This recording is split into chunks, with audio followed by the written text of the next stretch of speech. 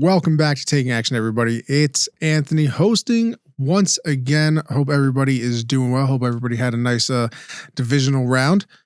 Hope all your bets won, whether that be in straight, maybe a little parlay, maybe threw a little prop bet in there as well. Prop bets, I think I'm going to try and get into for the Super Bowl.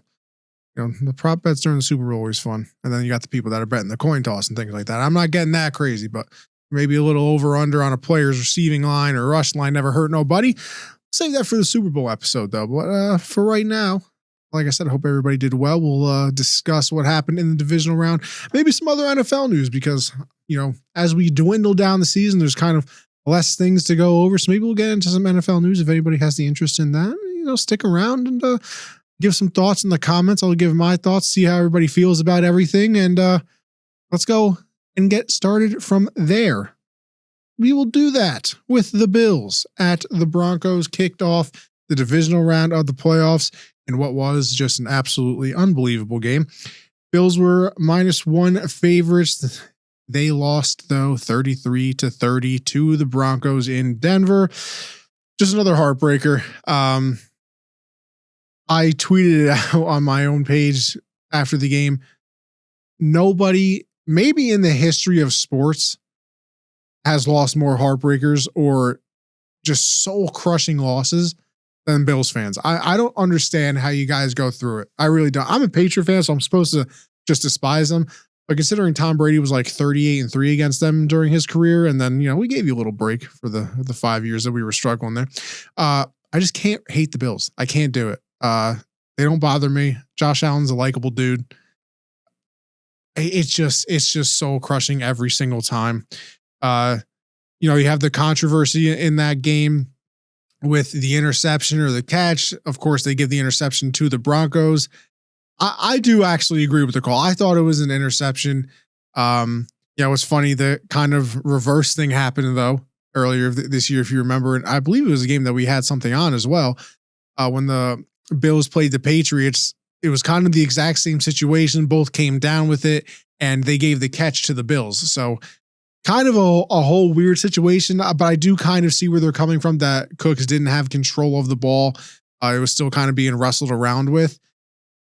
Like I said, though, it's just so heartbreaking. You think if you're the Bills that this is going to end up being your year. You have no Burrow. You have no Lamar Jackson. You got no Mahomes. It's the most wide open year. You know, the Patriots played such a weak schedule. Were the Jaguars real? You know, Bo Nix, I feel like people either really had confidence in him or kind of didn't. So everybody felt like it was the year. Josh Allen, I would say probably on the AFC or NFC side, was the best quarterback still around. Then again, I guess Matt Stafford or Drake May are going to win the MVP, but still, we all know what Josh Allen is. He's one of the top, I don't know, 3 is the lowest I'm willing to go quarterbacks in the NFL. So just another heartbreaking loss for them. You're going to have to see what they do in the offseason. The news after this, Monday morning, I believe it was, they fired McDermott. So they're looking for a new coach there. I do wonder, I'm very curious if Harbaugh or Tomlin, somebody like that, some of these big names that got fired kind of regret of what they've done. Tomlin stepped down, which means he technically can't just go anywhere. The Steelers would have to either fire him or they would have to trade him if he came back. Harbaugh obviously went to the Giants. Stefanski, he goes to the Falcons. I wonder if all of those situations, you could work with Josh Allen for the next however many prime years he has left. That is a very enticing job. So I'm very curious to see what the Bills do in the offseason when it comes to the coaching situation. I hope it's just not too good because I am a Patriot fan at the end of the day. But the Broncos move on to the AFC Championship game, but not without some bad news for themselves as well. You think everything is okay. Bo Nix was kind of, you know, limping around a little bit. The post-game press conference are saying, why don't you seem so excited? Oh, you know, we just got a lot to clean up. Got to look at the film. Sean Payton goes out, does his normal press conference, and then comes back like 20 minutes later, which is, just very weird that would ever happen, and breaks the news that Bo Nix broke a bone in his ankle, I want to say it was, or ankle or foot. region. So he is done for the playoffs. And you want to talk about just absolutely a dagger right to the heart of Broncos fans after such a high of winning a great game, and then to go down and not have your quarterback in clearly the most important time of the year. You got Jarrett Stidham, who's backing him up. He'll play against the Patriots this week. He hasn't thrown a pass, I believe I saw the stat was, since 2018 when he replaced like Derek Carr or something in a game because they didn't want Derek Carr to get hurt. Maybe not 20, I don't know, somewhere around that area. It's been a long time. This is only going to be like his fourth start. He was drafted by the Patriots originally. So kind of a full circle there. Now that they're going to be going against the Patriots, Sean Payton has all the confidence in him, says he's going to be ready for it. But that is obviously a huge blow. Broncos still have a great defense, but without, your centerpiece of any NFL franchise, it's going to be a very difficult game. But those are the big news stories coming out of that game. But at the end of the day, Broncos get a 33-30 victory, and the Bills don't cover the spread. The 49ers at the Seahawks, probably the worst game overall of the weekend. Seahawks are 7.5-point favorites, and boy, did they cover. That would be a 41-6 victory. I think everything just kind of caught up with the 49ers. We saw it a couple weeks ago when they played the Seahawks with the number one seed on the line. They just kind of were not on the same level. And I just don't blame the 49ers. They were saying in the post-game press conference, and I usually hate when players and coaches say, because it seems like a cop-out and it just seems like a woe was me thing. But nobody was expecting them to be there at this point. I mean, with all the injuries they have with Kittle and Warner and Bosa, Brandon Ayuk just decided that he didn't want to play football for them the entire season. It was an uphill battle. It was always going to be. I said last week that maybe you wanted to throw something on the 49ers just because you were getting that hook. I wouldn't have been surprised. Hopefully you didn't. But yeah, the Seahawks came out and they are the favorite for the Super Bowl right now to win it all. And after a performance like that, you can't really blame them. I mean, the defense is just absolutely mauling people. You cannot run the ball against them. I mean, the 49ers couldn't do anything, but I believe the Seahawks anyway have the number one run defense in the NFL. They are just an absolute problem. They couldn't do anything offensively. And you're talking about the 12th man and some of the things that the Seahawks going for them. The first kickoff, you got Rashid Shaheed taking it to the house for a touchdown on the kickoff return. That kind of just set up what was going to be a long day for the 49ers, and the Seahawks move back to the NFC Championship game. And I think it's going to be a very good one because they're playing the Rams, who we saw later on, which is a game we'll get to, another fantastic game. But both of the times they played were very, very good games. They split it during the regular season. So this is kind of their rubber match, and very excited to see it. The Texans at the Patriots. Patriots were 3-point favorites. I believe this did go up to 3.5 at one point, but doesn't really matter anyway. They win 28-16 against the Texans. Now, I said the 49ers and Seahawks was the worst game of the weekend because of the score. If you're just a pure football person, this might have been the worst game of the weekend. I mean, the turnovers were just unbelievable. Now, the weather, of course, will have something to do with it. At the beginning of the game, it was kind of more like a rain, then it turned into the snow. And they said the snow was actually a little bit better because it's not as wet as the rain, I guess they were kind of saying. So it's not as slick when you're trying to throw the ball. But CJ Stroud, they said it on the broadcast. Troy Aikman made a great point. Ever since his rookie year, he's really kind of been, he's been fighting to get back to that point, we'll say. One of the best rookie years probably in the history of the NFL. Played absolutely great second season, not so much. And then this year, the same thing. And for him, 2 playoff games this year, I believe he had 6 turnovers in the 2 playoff games that they had this year. Maybe it could have been more, honestly. But just a bad performance out of him in the big games. Now you start to question, is he going to be the guy for the Texans moving forward? It's a very difficult thing to find a quarterback. Ask any Jet fan in the history of anybody besides in the few were alive for Joe Namath. They haven't had a quarterback since then. I guess if you want to give like Pennington something, whatever. But I'd be careful on that narrative. Like I said, it's very difficult to find a quarterback He was without Nico Collins in this game. I didn't think that was going to make the biggest difference in the world. They had struggled offensively throughout the year anyway, but when you're turning the ball over 4 times in the first half, and then Woody Marks is fumbling inside the 15-yard line, it was just a mess. And the only reason they were really ever in the game is because, one, that defense was historic. I know that they're not going to be in the same pantheon as, the Legion of Boom or the 85 Bears, the 2000 Ravens, because they didn't go all the way. They didn't win that Super Bowl. But what I saw out of that Texans defense was unbelievable. Neil Hunter, Will Anderson Jr., Stingley. I know Stingley got beat on that touchdown by Booty, which was just an unbelievable one-handed catch. That got me out of the seat. Once again, a Patriot fan, so I was excited anyway. But to snag a one-handed catch in the snow against a first-team All-Pro cornerback diving, yeah, that was something. But that Texans defense was all over the place. They were giving Drake May all kinds of trouble. That's the big story that's going to be coming out of the Patriots, though. He has got to figure out how to hold on to the football. Because if you're going to fumble the ball 4 times, I think that's now 6 fumbles in the playoffs, these 2 games that they've played so far. He's lost 3 of them. He fumbled 3 times in this game. I think he only lost 1, I want to say. I think he lost 2 in this game, but he fumbled 4 times. That's unbelievable. You can't be fumbling the ball out. This is another thing I tweeted out. That was a problem with Daniel Jones early in his career. He fixed it this year. Jones, before the injury, was playing very well, but Drake May has got to figure out how to hold on to the ball. He had the interception, but that's not a Hail Mary. I bet I don't count that realistically for any quarterback, not just because it's Drake May. Don't worry. But he's got to figure out how to hold on to the football. But that Texans defense was the only reason they were still in the game. Patriots only scored 7 points off of, I believe there were 5 Texan turnovers.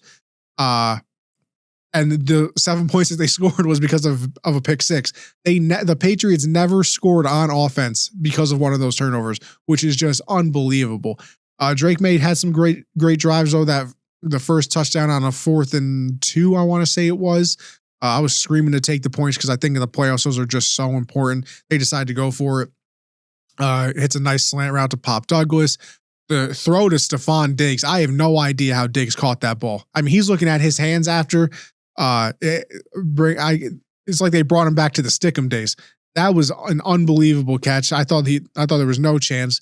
And then, like I said, the Kayshon Boutte touchdown with the diving one-handed play, just unbelievable. But got to give credit to the Patriots defense too. Of course, the big thing out of the game is the Texans defense and the struggles of CJ Stroud. But some of those struggles were caused because of the Patriot defense. They were getting pressure on them. They were jumping routes.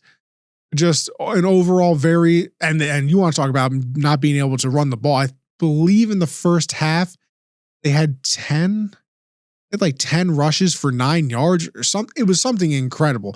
They were averaging less than a yard a carry in the first half. And then the second half, the first drive, of course, they came out and ran the ball pretty well. But the Patriot run defense was unbelievable in the first half of that game. It started to get a little bit interesting, but then the Patriots were able to pull away with that touchdown towards the end. And then the interceptions sealed the deal for them to send them to the championship game against the Broncos. And finally, for the divisional round, we had the Rams at the Bears. This was the play of the week. We had the Bears plus 3.5. I actually think this game went up to 4.5. Either way, didn't matter once again here because the Rams won 20-17. So the Bears did cover. So you got to win there. Did lose out on the parlay side of things. It was looking good. We had the Patriots -3 in a parlay plus the Bears money line. I thought when the Bears got into overtime. Well, actually, let's talk about getting into overtime first. What is that? A top 10 play maybe you've ever seen in the playoffs? Caleb Williams starts at whatever yard line, retreats all the way back. He was at the 41-yard line. 41. Throws a moon ball into the end zone. The tight end jumps up and catches it. Maybe a little push off potentially, but doesn't matter. I mean, that was that's another one getting me out of my seat. That ball was in the air. You just think, oh, it's over. All right, great try. Damn shame that the game is going to end this way. When he caught that ball, I almost lost my mind. That was just unbelievable. Then you go into overtime. Bears get the ball first, can't do anything with it. They stop the Rams. And And then they were kind of driving. I was starting to feel real confident, which makes the loss even more heartbreaking. Starting to feel real confident. And then DJ Moore and Caleb Williams kind of not on the same page. It looked like Caleb Williams wanted DJ Moore to flatten the route out a little bit more. I don't think it was the best effort on DJ Moore's end. Just seeing some of the replays, kind of looked like he was taking that route 50%. And then even when the ball was in the air, didn't really do much for it, but still a bad throw by Caleb Williams. Anyway, you can't put the ball in danger in that situation. So they get the interception. Rams end up going down. They kick a field goal, which was great for us because if they scored a touchdown, it would have been even worse. We would have lost the play, but they kicked the field goal and the Rams will be going to the NFC Championship game. But, at the end of the day, probably a 8 out of 10 divisional round for me. I mean, Bills Broncos was great. Texans and Patriots, interesting, sloppy, but I still found it pretty interesting. And then the Rams and the Bears was just unbelievable. You thought the Bears were going to do it again. They were going to make another comeback. They were going to have another incredible win. But they fell just a little bit short. But like I said, still the play of the week was the Bears plus 3.5.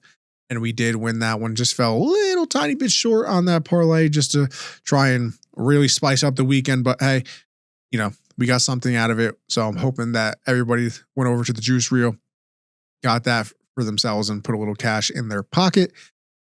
And now we'll go over to the conference championship. Only 2 games. We're only down to 3 for the rest of the season. It's so depressing. We wait all year for football to come back and then it's over in the blink of an eye. And then I'm not a big basketball guy, so I kind of just wait until the MLB season, which don't even get me started on that because 2027, the lockout is here. But let's get to what you really want. That's the football side of things. I understand. The Patriots are at the Broncos. Patriots open and stayed 4.5-point favorites. This is, of course, because of what I mentioned before with the Bo Nix injury. Should the Patriots win this game? Yes, they should. You have to. I don't care that it's in Denver. You have to go in. You have to go in and win this game when the other team loses their starting quarterback. And it's not like Bo Nix is being carried. He is somebody that can make plays. He can win games for you. He's not the caboose, I guess. Is that? Yeah, I guess that's the technical term. I don't exactly think he's the locomotive there. I don't think he's driving everything, but I don't think he's just chilling at the end being pulled along by anybody. He's probably, maybe he's like the second or third car, maybe some luxury in there. We all know that the defense is what does it for them. The unbelievable pass rush they have. I can't remember the guy's name, but he had like 20 more quarterback pressures than Myles Garrett this year. Myles Garrett just broke the NFL record for sacks in the season. This guy had like 20 more pressures. As a team, they had far and away more sacks than anybody else in the NFL. I believe they won that margin by about 13.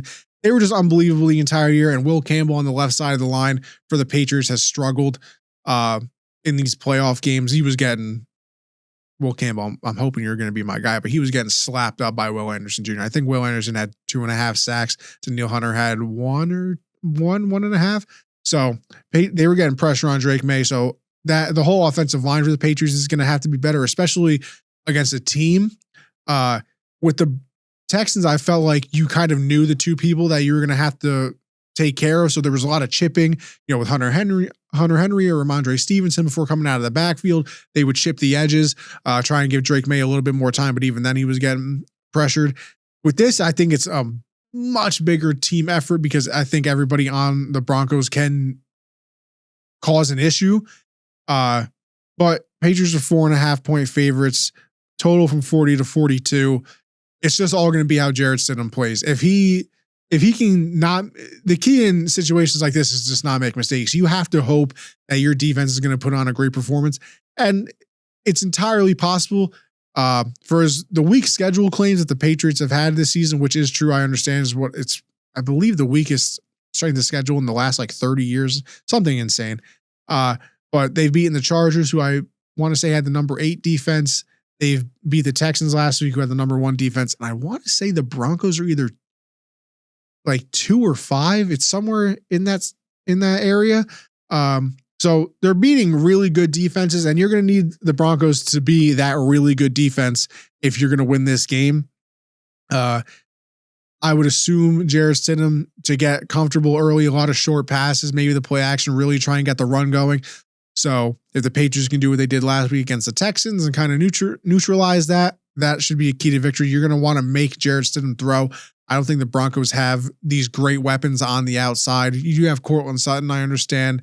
But Christian Gonzalez should be able to take care of that. Carlton Davis as well on the Patriots. The Patriots have a great cornerback duo. So it's going to all be about forcing Stidham to throw the ball. Like I said, this is only going to be his fourth start in the NFL. I know he's been around for a while, but it's a whole different thing, as I'm sure. Well, I shouldn't say everybody knows because we're not starting in the NFL. But we all know that it's different from saying you're going to do something and then actually having to do it. Trust me, I say that about going to the gym all the time, and look at me. Different story. But yeah, you're going to want to make Jarrett Stidham throw the ball. You're going to want to put pressure on him and hope he just makes mistakes. And then you're going to have to capitalize on them. Like I said, the Patriots didn't do that last week against the Texans, but hopefully, well, for my sake, I should say, they do that this week. 4.5. I think I'm riding with the Patriots, not because I'm a fan, just because I think that defense is going to cause problems. After the Charger game, there was a member of the Chargers team that came out and said, we had no idea what we were looking at a lot of the times on defense. The Patriots were throwing different looks at us. If you're confusing, Harbaugh and Justin Herbert, who Harbaugh has been around football forever. Herbert, is well into his career by now. That I would imagine you can cause a lot more problems for Jarrett Stidham, who's making his fourth start. But we shall see. But I'm leaning towards the Patriots in that one. And then we go over to the NFC side to see who will represent them in the Super Bowl. That'll be the Rams at the Seahawks. Seahawks open stage 2.5-point favorites. I'm not even going to try and guess on this one. I will say we do have a play in already. We do have a plan, but this is an interesting game. They split them. They split it during the regular season. It was very much so competitive in all of those games. Seahawks just look unbelievable, man. They look very, very good. That defense is doing great things.